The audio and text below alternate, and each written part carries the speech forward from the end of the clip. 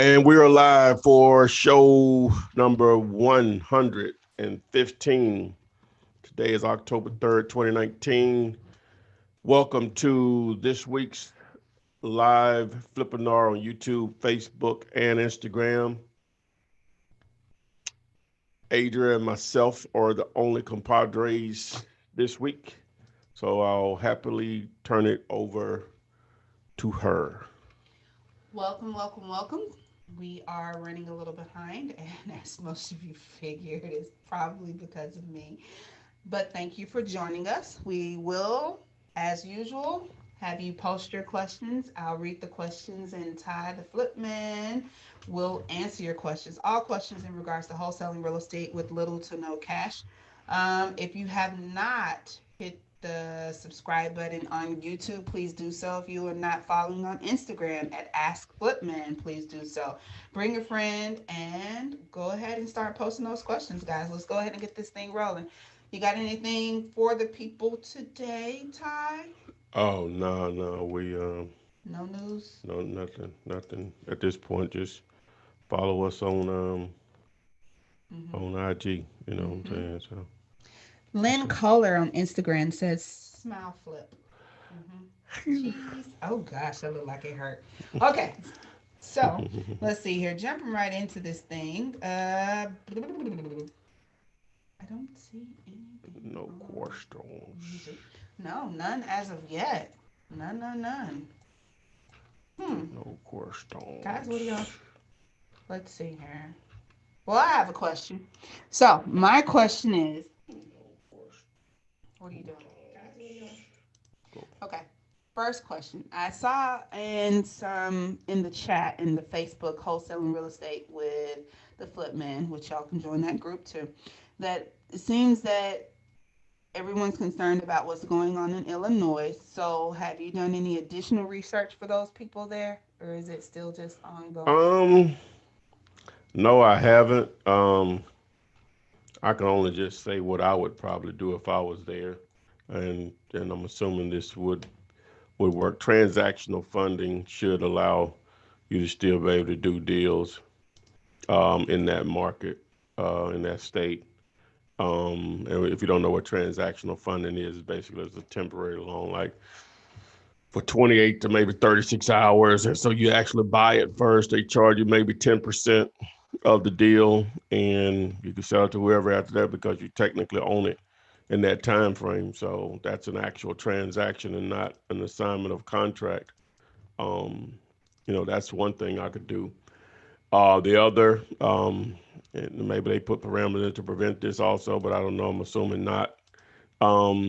Is that each property that you put under contract, you place it within an LLC, and you just basically, for whatever an assignment fee would normally be, you would just sell the LLC for that amount or whatever. So you were just selling ownership or your position within that entity. So that's how you would get around it. All right. Now, again, I could be corrected, on it. So, somebody please do so if they know those methods wouldn't work. So, Okay. Well, jumping into this thing, we have Kevin Spry, who's on Facebook, and he wants to know what's the best way to find cash buyers. the best way to find cash buyers is having great deals to offer them. Number one, and you marketing those deals would create a cash buyers list. That's the best way to find cash buyers. Now, other ways um, is number one, you want to target uh, other wholesalers that are marketing in your area, whether online or off. Online, all you have to do is just go to YouTube. I'm sorry, on to Google and um, do a search for sell my house fast in the name of your city. Buy my house fast in the name of your city. Um, uh, Sell a house fast in the name of your city. Buy a house. So you just put all those search terms in those ads that are going to be there. There's normally going to be the first three to four at the top and the bottom three or four. Those people paying a lot of money to be in those positions, and then whatever search results are there on that first couple of pages. So those normally are going to be some players. in your market. You can always advertise on the street your actual properties. When I say that, bandit signs that are handwritten that may say house for sale, cash, price, or the phone number. Facebook Marketplace, Craigslist. That's hit or miss on Craigslist. Not good, nearly as good as it used to be. Um, uh, you can obviously join local real estate investment groups. Depending on how good of a group that is, they're going to have some players there. Real estate agents may be a source if you get the right agents. They may have just investors that they deal with. I have a couple agents here that they're more investor driven. Those are some really good sources. So there you go. But the main thing is having great deals. You can build a buyer list quickly just with one great deal.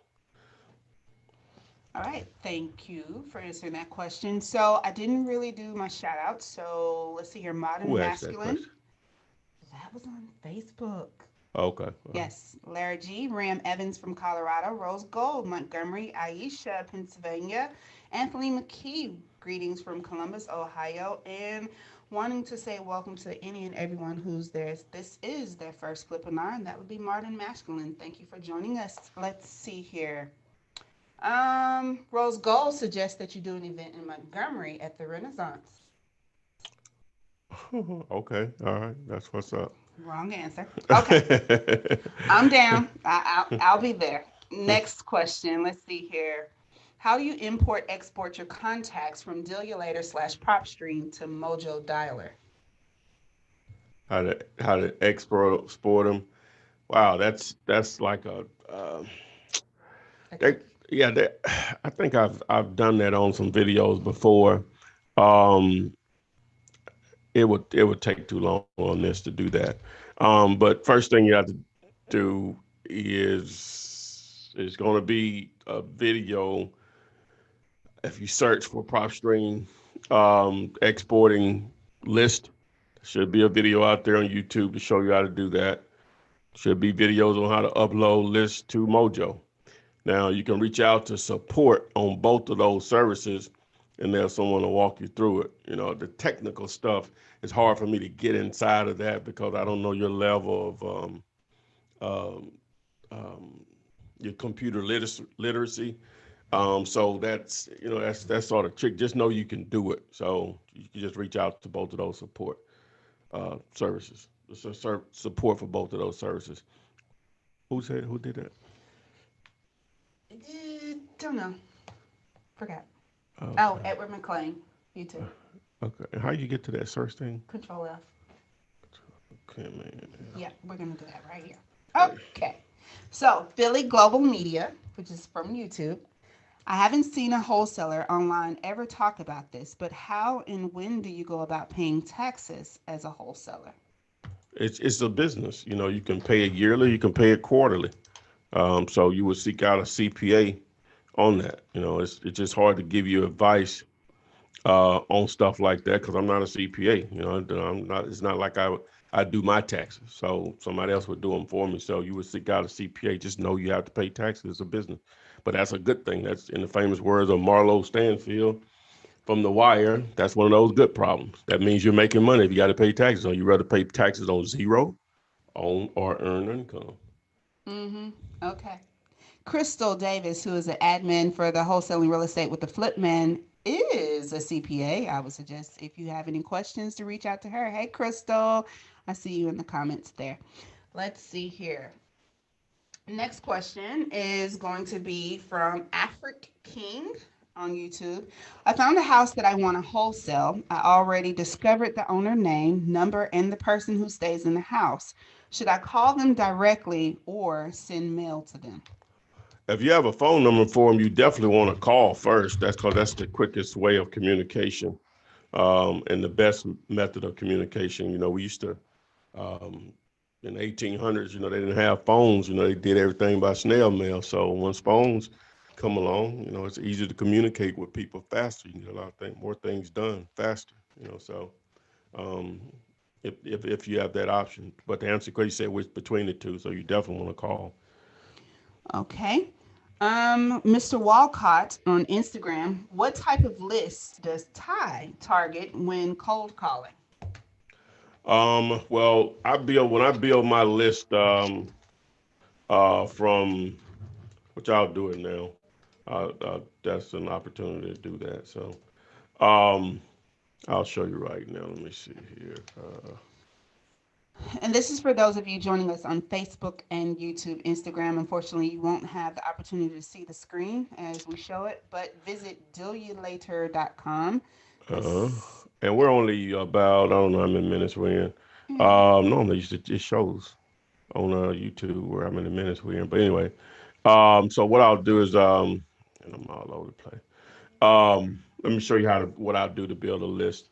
And for those who have either recently signed up for the Dealulator service, Dealulator, aka Prop Stream service, a lot of people just sign up and they hadn't watched but one video and they don't know what they're doing. So the 5 day free trial is not of any value to them. So what I did, I created a series of videos. So if you have the free trial, just hit me up. I'll text you the link where you can go through those videos because I tried to create like a set of videos to show you how you can actually use it to make money, which I have a lot of them out there already, but this is more specifically just designed just to like bam, bam, bam, bam, do this, do this, do this, or whatever. So if you already have it, just hit me up and I'll be happy to text you the link or whatever. So what you want to do, you got to choose a who you're going to target.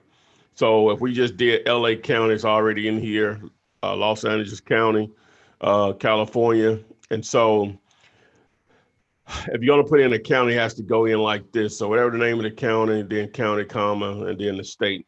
So you go to filters while it's spinning over here to pull all those properties because we're talking about maybe a couple of million. Um, then you would go, I like to do non-owner occupied, free and clear as far as the list type. Non-owner occupied is just as what it means that no one lives in. I mean, they own the property, but they don't live in it. It's also called absentee owners. Then on the property characteristics, I'll select single family. MLS status, I like for it to be off market, so I'll select no there. I don't care about the foreclosure status. And then I'll select under owner type individual instead of corporate. That removes your LLCs. And then I want them to, especially with this many properties, I want them to have owned it for at least 5 years. It's going to pull up a lot of them. I could probably go 10 years on this one. And so, boom, it pulls up over 36,000 properties, right? So you would then select um, the list here, and then you would have to filter this. It's only going to allow you to download a certain number. Say you downloaded 1,000 of them, all right, and you could download more, go back and keep adding. So now you would add to list. So you create the name of whatever your list would be. So you just type that in. I'll just put Tyrone Taylor, but anyway, I'm not going to save this because I don't want this particular list. And then boom. So now it would appear over here into properties and you're under marketing list. And so if you select the actual list that you downloaded, it'll take it a second to populate. It's thinking, it's thinking, it's thinking. Mm-hmm. It's thinking, it's thinking, it's thinking. Done thinking. So now you would select all here and then you would export. Boom. So that's my criteria on the list. So just to go back over that really quick. Um, so I would select non-owner occupied, free and clear, which means they don't owe anything on it. I shouldn't owe anything on it. Property type, single family.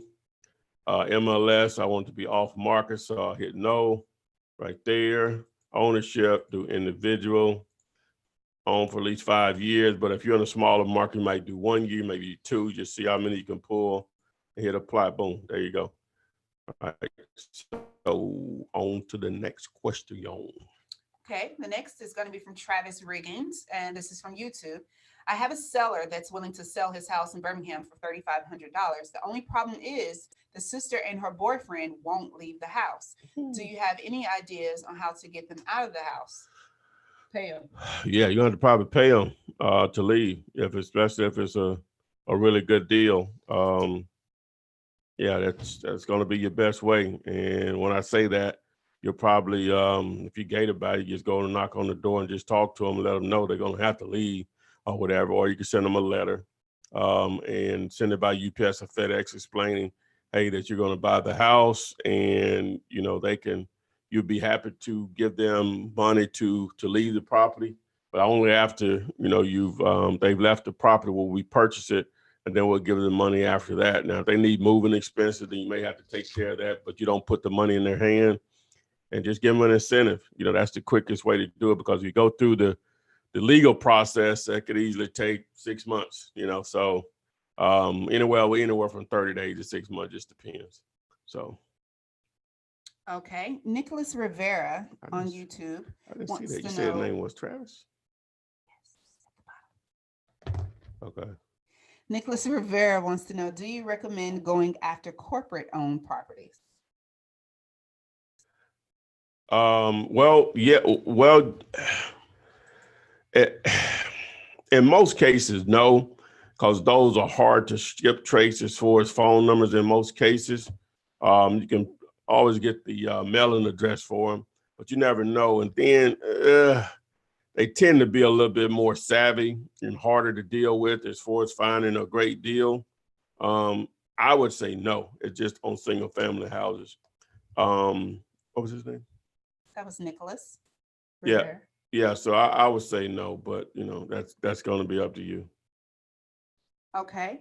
On Instagram, our Burrows wants to know, how do you feel about virtual wholesaling? I know you typically tell them that it's okay. You still need to have boots on the ground in the area that you're targeting. So Yeah, you just got to have someone there representing you, whether it's another wholesaler, someone or maybe a real estate agent. If you have those, somebody like that in there to represent you, to make sure that the seller and the buyer end up not needing you because no one's there to represent you, then yeah, you can. People do it. People do it highly successfully. So. okay. For those of you that I see ask what website type is on, that's dealulator.com, aka PropStream, but we highly recommend that you go through Yeah, dealulator.com. it's if you're not familiar, this is it right here. But this is like the since she's they can't see it, can they? No, they can't. Okay, hold on. All right, where are we? Uh-huh. Yeah. Where What are are you we? doing? I'm going to pull it up. I'm going to show them so they can see the logo or whatever. That doesn't help Instagram. That's what the question was from. Oh, this question was from Mm-hmm. Instagram. Okay, Mm-hmm. yeah, just DM and I'll text you the link if Ah, you're on Instagram. I'm sorry. uh-huh. Uh-huh. Okay. TKO wants to know, when looking for properties with liens and a mortgage and equity, how would that work out? I found a property with 12,000 in liens. However, they have a mortgage of 50K and equity of 80K. Is it a deal? Wait a minute. Mm, You say 15K in liens and 12,000 in liens, is mortgage well of 50. what's the ARV? This sort of confusing. It's not in there. Okay, TKO, you're going to have to tell me what the ARV is. Need more numbers to determine whether it is or is not a deal. So we'll move on to Instagram to Money Making Dion. So once you calculate the ARV and do the deductions, the final amount is what you offer the seller, right? So how do you know what to offer the buyer? I would Who actually be asking the buyer. who is That's on this? Instagram. Okay, he's space. Give it to me in that shell. How do you calculate the ARV and what's the lowest amount that you can accept from the seller? And then how do you figure out how much you're going to offer to the buyer for to still make it a deal? Least amount that you can accept or offer the seller for it to be a deal. Maximum amount, actually. And then how much you're going to put it out there for the buyer. Well, the easy thing that you can do is that you can use my calculator over here. That's a Yeah. Uh-huh. Okay. Is you can use the calculator over here and you just can play with the numbers. Just use this is the defaulted numbers, just assuming we were going to use this property here. And the ARV is 250. It's defaulted at 70% as far as the investment percentage. And the repairs are 35,000. So This is the number where the investor needs to be, the cash buyer, 140. So now to see what your wholesale profit is, you just play with the numbers there. So as you say, you want to make the 10,000, then you need to be 130,000 or less with the seller. So if you want to make only 5,000, then you need to be 135 or less with the seller. So if you want to make 8,000, we'll just put that in there. So that means you need to be 112 or less with the seller, so that calculator here on dealulator.com is there to assist you. Okay, so now how much do you put it out there for the buyer? You'll put it out there around that 140 amount, maybe a little more. Okay. Yeah. More, so you have wiggle room to Yeah, play with. exactly. Yeah. Okay. So we say the 70% rule for the ARV. Is there a percentage for how much? Is there a percentage that an investor would want to make off of it? So that's calculated in there. that's calculated. You got 70, 30. The 30 is what they're trying to do. That's 20% or more as far as potential profit, including 10% or more holding cost. So. Okay. So while you're right there at the calculator, TKO responded and said that 150K is the ARV for the property that has 12,000 in liens, 50,000 left on the mortgage. So how much does it? What are the repairs? That's another. Okay, TKO need the repairs too. Yeah, he responds pretty quickly. So okay, we'll wait. Okay, well, we won't wait. We'll keep going. Let's see here. Moving on to our next question. What up, Corey Meeker? What up? Who's Corey? He's my guy. Graphic. Hi, Corey. It's okay. You don't have to explain. Hi, Corey. Yeah, he's my mail to flip guy, Corey Meeker in St. Louis. Hey. He said thumbs up. Sure. Urban Odyssey is meeting their first client, potentially, hopefully they can close the deal. So wishing you much success on that. And TKO responded quickly, as I knew he would. The repairs are 30,000. Okay, so we need to go back to that. Handy dandy dealulator calculator. Okay, so ARV is 150. So ARV is 150, and how much is the repairs? 30,000. 30,000. All right, so the number, the investor needs to be at 75. So you say they owe 50, but 12,000 in liens. So that's 62. Yeah. So this number here is higher, so you're good there. So it just depends how much you want to. We'll just say 10,000. So I said 1,000, 10,000. So you're still good, so if they're willing to take what they owe on it, then you probably have a deal. Maybe a little more. You maybe can pay them a little more. They can get a couple thousand out of it. So. Okay. So speaking about liens, Mr. Walcott wants to know, how do you acquire tax lien properties, and do you offer the lien amount to the seller or lien holder? Where is that off of? This is on Instagram. Please I did tell you. All right. So say that again. What do you want to know? When you acquire tax lien properties, do you offer the lien amount to the seller or lien holder? Well, it depends on your state and the process and what stage of the tax lien process they're in. If it just depends. That's going to vary from state to state on how that's handled. Here in Alabama, it's like a 3-year right of redemption. So you're just only really getting a tax certificate, I think is the level. And if they redeem it, if the seller comes back and redeem it, then they have to pay like 12% and whatever repairs you've done or something to that nature. So it just depends on the state, so. Okay, so that's going to be state specific. Yeah. Hello to Shaq Smith from Westside D-Town. I see you. Thanks for joining us. And we have 126 watching right now. So please make sure you click the thumbs up button and also select the bell so you'll be notified when we are going live, which is on Thursdays, 7 p.m. Eastern, 6 p.m. Central. So Richard Lang on YouTube wants to know, if you're just starting a direct mail campaign, how many owners would you suggest you mail to? And how many times would you mail to them, and at what frequency? Yeah, like that's what Corey does. My guy Corey Meeker is on here, but generally speaking, wow, direct mail, just understand that the response rate generally is between a half to maybe 1.5% is considered good. And you said it was Travis Regan's.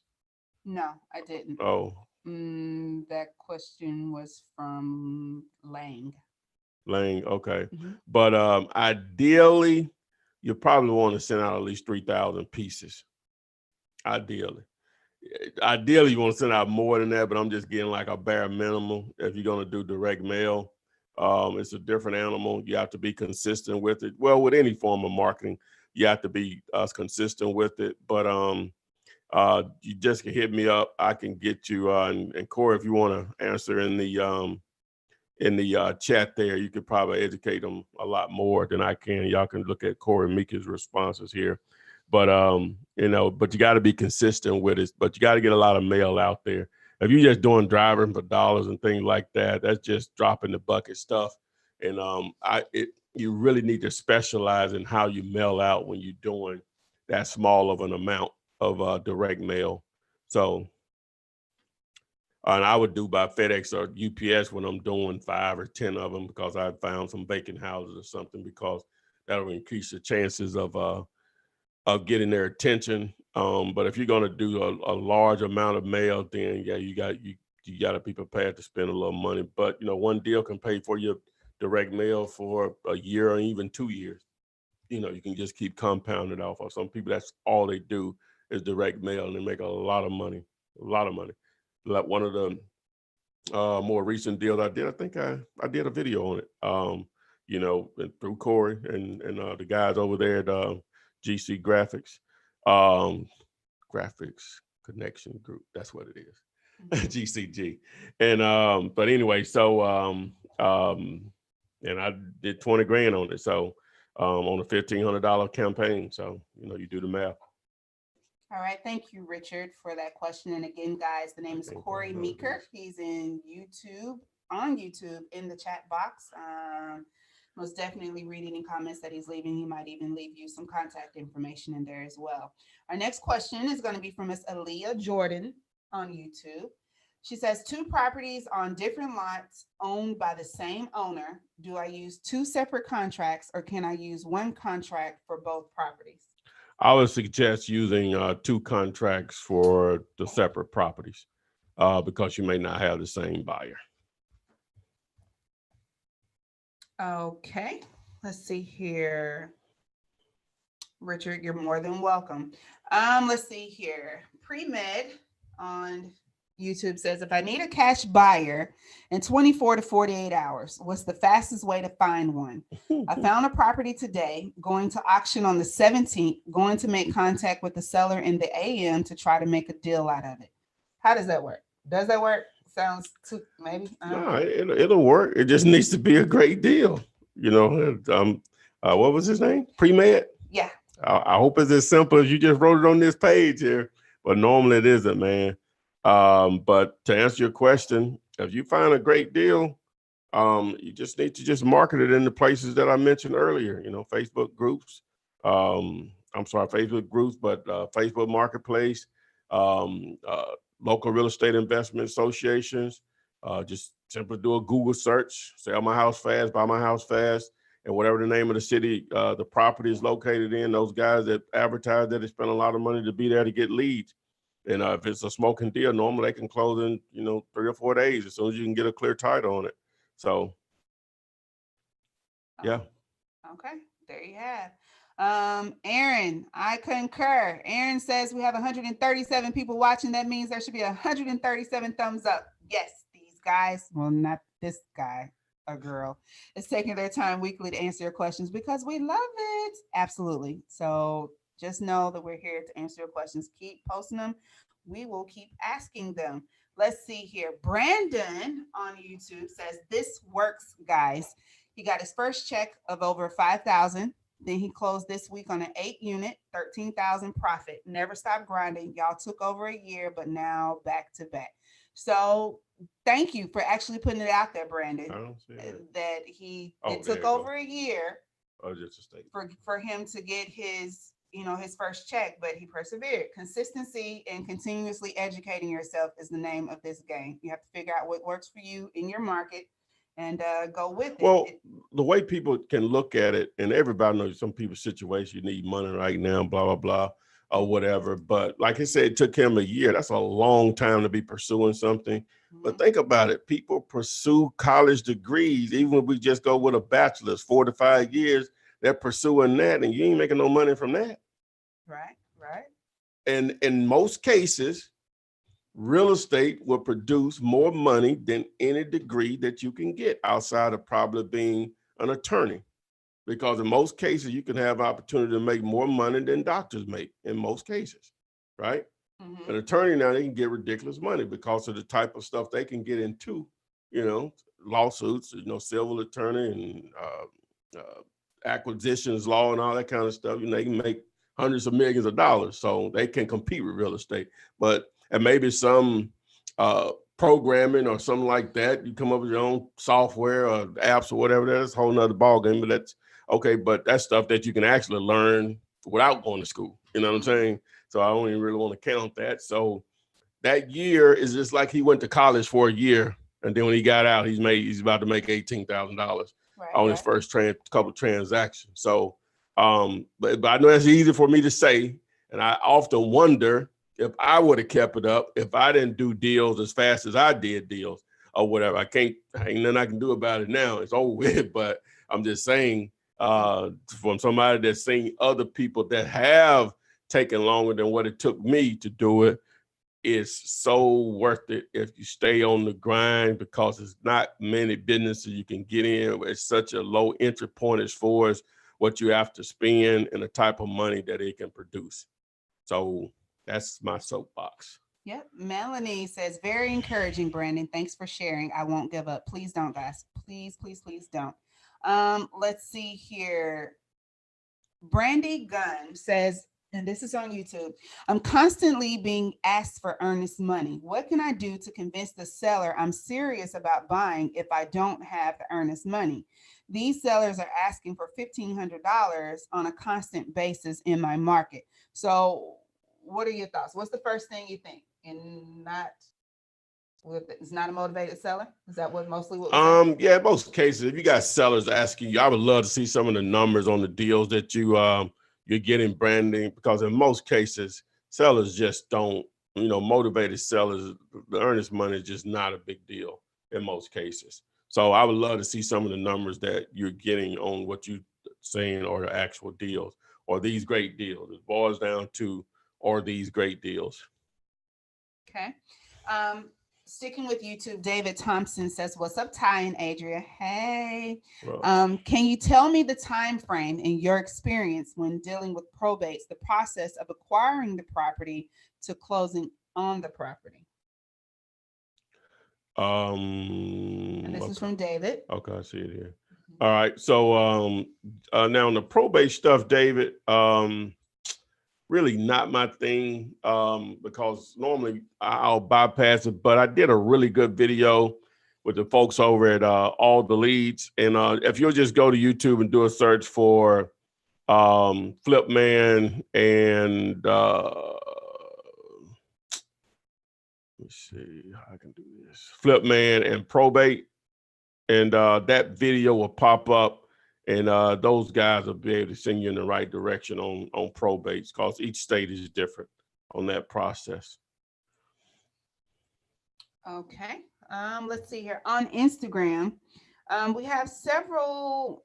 Well, I'm just going to ask. Urban Odyssey says, I remember watching an older video in which you offered a course on finding and executing a deal mentorship, which you will oversee with a split. Is this course still available? And because the garage says we have a few commercial properties to send you in Atlanta, what's the website to send the pics and the video? So I think they're talking about 50-50. Yeah, that's not really what I'm offering. It may have been a much older video. The only thing that I have right now is the 50-50 option. If you do a search for 50-50 and then flip man, and that's basically where you've gotten the property on the contract, for whatever reason you can't find a buyer, then I would work with you, just submit it to the site. But that's no coaching. No coaching. Say it again. No coaching. No coaching. No You coaching. got to just take the videos that are here free, which everything you need to know is really in these videos, and you roll from there. Rose Gold Jones on YouTube. Where have you been? She says, Ty, have you ever heard of the $10 down method? Yeah. Yeah, I mean, Keep watching these videos. keep You'll see watching. me talking about it. Oh yeah.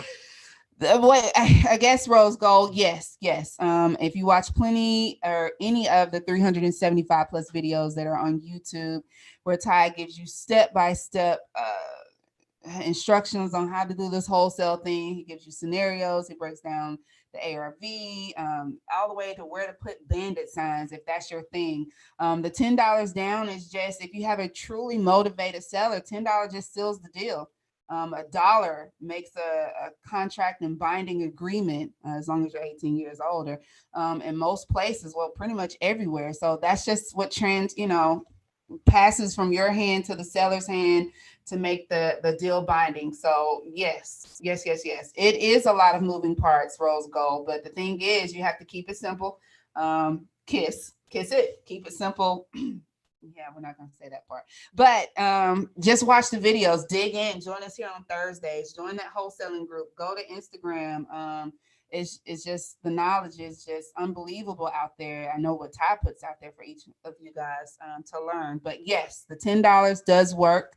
And she says, I have 6 properties to mail to because their numbers are wrong when I skip trace. So we talk about it weekly about skip tracing services that you can Google. Some are very low cost. Some are a lot more expensive. The more accurate you want the information to be, the more you're going to pay for that service. But this is all about having tools in your little wholesaling war chest that you're going to use to find owners and build lists that a lot of you guys ask about. Your mailing campaigns that you can do direct. Mail2flip.com is for that. But watch the videos, guys. Watch the videos. Anything? Yeah, y'all digging the shirt this week? Yes, I have like several people have said nice shirt, like the shirt. Where can I get a shirt? They like your shirt. Mm-hmm. Ty's shirt says offers are free. One of the most important things to remember is that you can give an offer. I mean, the worst that a seller can say is no or counter you with something else. So give that free offer, right? Never know. Never know. We've all been sold to every day, whether it's through relationships, jobs, billboard, or whatever. We're all being sold. Offers are free. Okay. Fogtown on Instagram says, how do you find a wholesale friendly title company? By having a great deal with the seller and then a buyer. And in most cases, you're going to be dealing with a seasoned buyer, and they'll already have those relationships built with whoever they're going to close with. Even if they've never done an assignment or contract before, they're going to be, in most cases, not always, more than happy to do the deal to satisfy their client. Once you do one deal with them, now you could go back to that title company or closing attorney without that particular investor to do a deal. So, but that's something you shouldn't worry about. If you have a buyer and seller in place for a deal, getting it closed is the easy part. And I don't like to use the word easy when explaining this stuff. If there's such a thing between the 3 components. Melanie has a question for you. What was that from? Instagram. Okay. Yep. We got a lot of questions on Instagram. We do have a lot of questions on Instagram, and I'm trying to make sure I get to them before they disappear. But Melanie is on YouTube, and she wants to know, why do you bypass probates? She has a list of them, and she's about to mail to them. And she has a lot of confidence in your expertise. She says, please share why you bypass probates. No, where is she at? Hold on. Melanie. Okay, why skip trace company? No, up. If y'all don't know, while I'm reading the questions, Ty is scouring and reading the questions as well. I'm reading. No. What I'm doing, I am posting the questions in the descriptions of this video. So whenever people watch this video in the future, they will see what questions were asked there, so I'm they just can. saying they probably wonder why I said the name like 3 or 4 times. I know. Well, since they want to know, let's tell them we live here, so hey, it's not Ooh, a CBS or Netflix we production. are censored This though. is this We're is censored. this is yeah, we censor. I like to try to keep it clean. My mama might be watching, Oh, and so we just on the fly here. We just trying to provide information. Hopefully, it's of some value to some individuals. it's So. invaluable. So It's priceless. she's doing her thing over there on the technical side, and I'm doing my thing over here. So it's like sort of back and forth. So we have to ask each other questions or Okay. whatever. So, Melanie, but the question about Melanie, what she had. So I'm going to show you the banner for that particular video. Mhm. So and I'm not bypassing your question, Melanie. What I'm doing here is trying to get you the actual answer to your question. So I'm downloading the image now. So there it is. Is that the title of it? How to wholesale probates? That's the title of it. So if I open that, so now I can share my screen. And so boom. So this is the thumbnail that you'll see on YouTube, but it's the title of the video is how to wholesale probates, um, how to wholesale probates. And so that's what you look for. You find that, you're gonna find all your answers there. The reason I can't answer questions on it here because I'm not the expert on it. I'm trying to get you over to where you can get unlimited help on the proper way to pursue probates if that's your thing, if that's going to be one of your ways to generate leads. So, Gotcha. Um, Going past probates, what do you think of lease option wholesaling? Have you done it or would you? And this is from MCB Investment Homes on YouTube, on YouTube. okay. Go down more. This is the very last question. Okay. Okay. Somebody said me. Yeah. What do you think about? Okay. Well, yeah. That actually, in reality, you can wholesale lease option opportunities faster than the normal just cash transaction with a cash investor, because you're going to find a lot of times people the property is they owe too much or they're going to want too much. But if you can transition them over to a lease option, then it's going to allow you to be able to either stay in the deal where you place the tenant buyer there and you get the down payment and the month of the cash flow over top of the mortgage payment if there is one, or the payment made to the actual owner, or you can just set up the terms and just wholesale those terms over to an actual tenant buyer and or another investor. Okay. W Royal, and this is on YouTube, wants to know what size are you using, or would you use on the portrait style bandit size? And he's in Pompano Beach, Florida. 18 by 24. Okay. 18 by 24. 18 by 24 on the portrait styles. Keep it simple. Always remember that your potential seller only has about 3 to 5 seconds in passing to capture the information that is on your sign. So don't go big and gaudy, go clear and simple. Let's see here. Next question. And we're going to stick with YouTube here. Uh, do you know the list that Renikia normally gives off the top of your head? I don't. It was just in the last video. In the last video? Yeah, in the Yeah, we last. gotta Yeah, do that thing. yeah. Guys, I'm sorry. Renikia normally has a good list compiled of skip tracing companies. I know what Melissa Data is one. No, that's not a skip trade. That's just to be a list. Oh, well, what other one is it then? I don't know. Okay, Yes. this last week's video, she did give that list, and I promise by next week we'll have a thumbnail that Ty can post up of those skip tracing companies. But if you could go back to video number 114, and you should be able to find that list there. Romeo May says, I have a client that has Section 8 and would like to buy a estate sale home that has not happened yet. How can or should they proceed? You get that? She say what now? A client that has a Section 8 and would like to buy an estate sale home that has not happened yet. They want to know how can or should they proceed. Not knowing, I don't know.